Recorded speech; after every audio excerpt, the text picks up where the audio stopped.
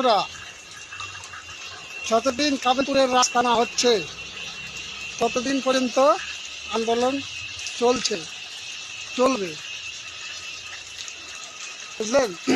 যতদিন রাস্তা না হবে ততদিন আন্দোলন চলবে। দরকারে রাস্তায় পড়ে আন্দোলন করব, কিন্তু রাস্তা হওয়া চাই।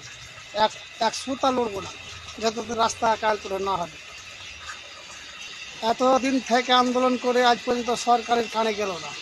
আন্দোলন চলবে, সারা বছরই চলবে যতদিন তোমার কালপুরে রাস্তা না হচ্ছে। কালপুরে কোনো গাড়ি ঘোড়া কিন্তু ছাত্র কিছুই যেতে পারে না।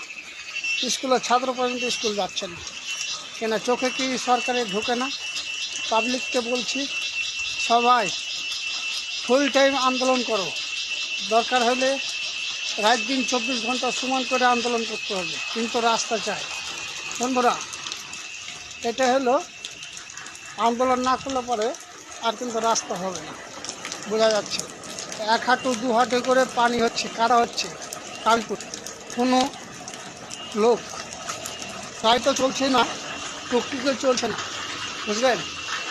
ছাত্র পর্যন্ত যাইতে পারছেন স্কুলে, কী করা যায়? তো সরকারকে জানার দরকার নাই যে আমাকে রাস্তাটা করতে হবে, কত করবে? এত আন্দোলন করে আজ পর্যন্ত কালপুরের রাস্তাটা হচ্ছে না। ফুল টাইম আন্দোলন হচ্ছে, কেন হচ্ছে না? কি দেখতে পাচ্ছে না কি রাস্তার হালচাল কেমন? 2 হাঁটু করে কাদা পানি। হ্যাঁ, মানুষ কীভাবে আসা যাওয়া করবে? হ্যাঁ, মানুষ। তাই বন্ধু বলছি, ফুল টাইম আন্দোলন করো, আমরা তোমাদের সাথে আছি। বন্ধুরা, সবাই মিলে ভিডিওটা শেয়ার, লাইক, কমেন্ট করবে।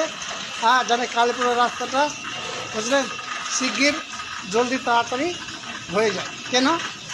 পাঞ্জরি হাই স্কুল, বড় স্কুল, হ্যাঁ, প্রতিটা মানুষের অসুবিধা হচ্ছে। বেশিরভাগ ছাত্র ছাত্রীদের বেশি অসুবিধা হচ্ছে, যারা টুকটুকি চালাচ্ছে তাদের বেশি অসুবিধা হচ্ছে। সবারই তো সংসার আছে। তাহলে বলছি দাদা, সব সময় আন্দোলনটা করেন যেন তাড়াতাড়ি রাস্তাটা তৈরি হয়, বুঝলেন? তাহলে দাদারা ফুল টাইম আন্দোলন করো, আমরা তোমাদের সাথে আছি, বুঝলেন? খোদা হাফেজ। পরের ভিডিও দিবেন, আবার দেখা হবে।